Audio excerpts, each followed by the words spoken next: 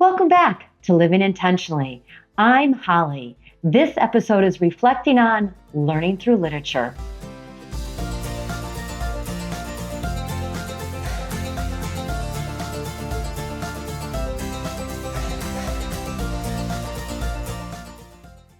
My children's childhood was filled with lots of activities, inside and out, and lots of books. With both parents as educators, reading was a constant in our household. My husband started to read to our children when they couldn't even sit up. He read the newspaper to them. Yes, we had a newspaper delivered to our house every day. We intentionally put reading into our everyday routine. As my children grew, we added stacks of books to our home library. One of our cherished book series was The Adventures of the Hardy Boys. I've mentioned this series before in other episodes. I attribute my kids' extensive vocabulary partly to reading this series. My husband would read a chapter or two every night. Usually I'd listen from the other room as he read as I cleaned up after dinner. And I would hear the low voice of my husband reading, and once in a while, an inquisitive voice when my children were asking questions or making remarks. When my son was very young, he used the word chortle in a sentence, and he used it correctly. That's just one of the examples of the vocabulary that was definitely enhanced by the Hardy Boys series. The power of reading to children is literally beyond words. Reading to children has exponential benefits. Obviously, it can help enhance their vocabulary. It can also prepare children for academic success and help them with concentration and focus. As we read to our children, we also impart life lessons. Children's literature is often the place that kids learn the best life lessons, like sharing and telling the truth and hard work. For instance, The Boy Who Cried Wolf, focusing on telling the truth, or the Lorax, focusing on taking care of the environment.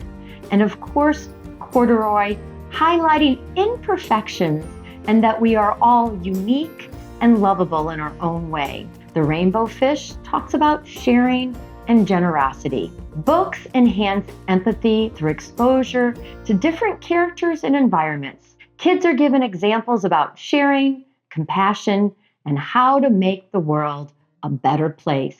Maybe some adults should hit the children's section in the library and reread some of the classics.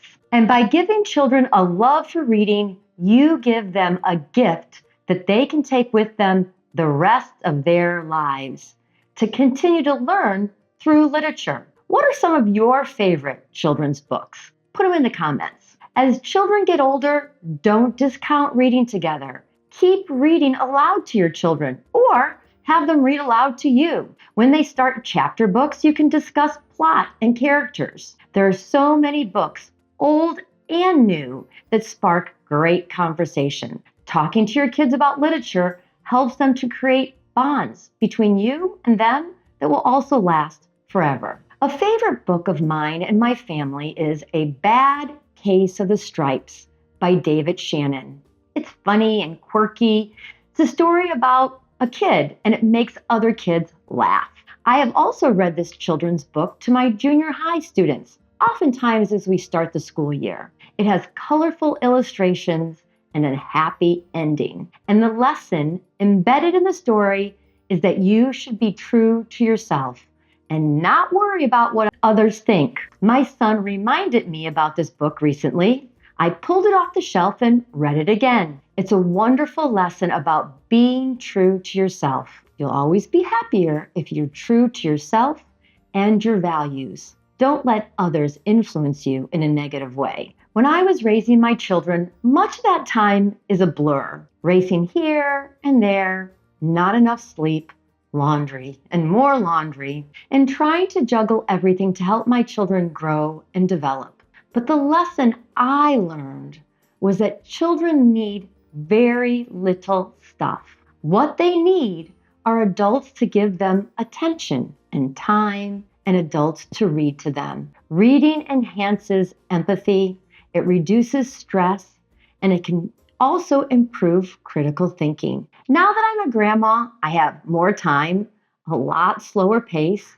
I go home to my own bed and I get a great night's sleep, and I have a lot less laundry. My granddaughter is about a year and a half and she's walking all around and she loves books. The other day I told her to go to the bookshelf and grab us a book and bring it back to me. I was sitting on the floor and watched her toddle over to the bookshelf and grab a book, and then she toddled back to me and handed me the book. Then she backed up her little bottom and sat on my lap. I'm still learning life lessons, and now I get to share those and learn them with my granddaughter. Never discount the power of literature. Turn off the devices, put the cell phones in the other room, turn off the TV, and read to the children in your life.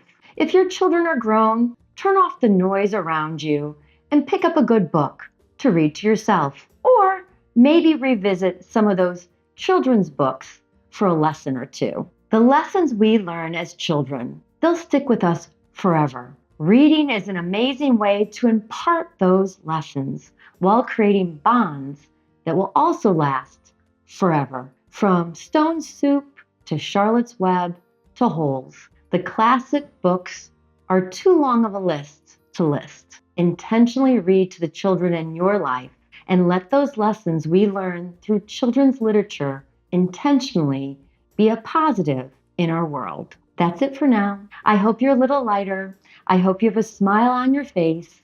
And until we meet again, live your life intentionally with peace in your heart and reach for joy.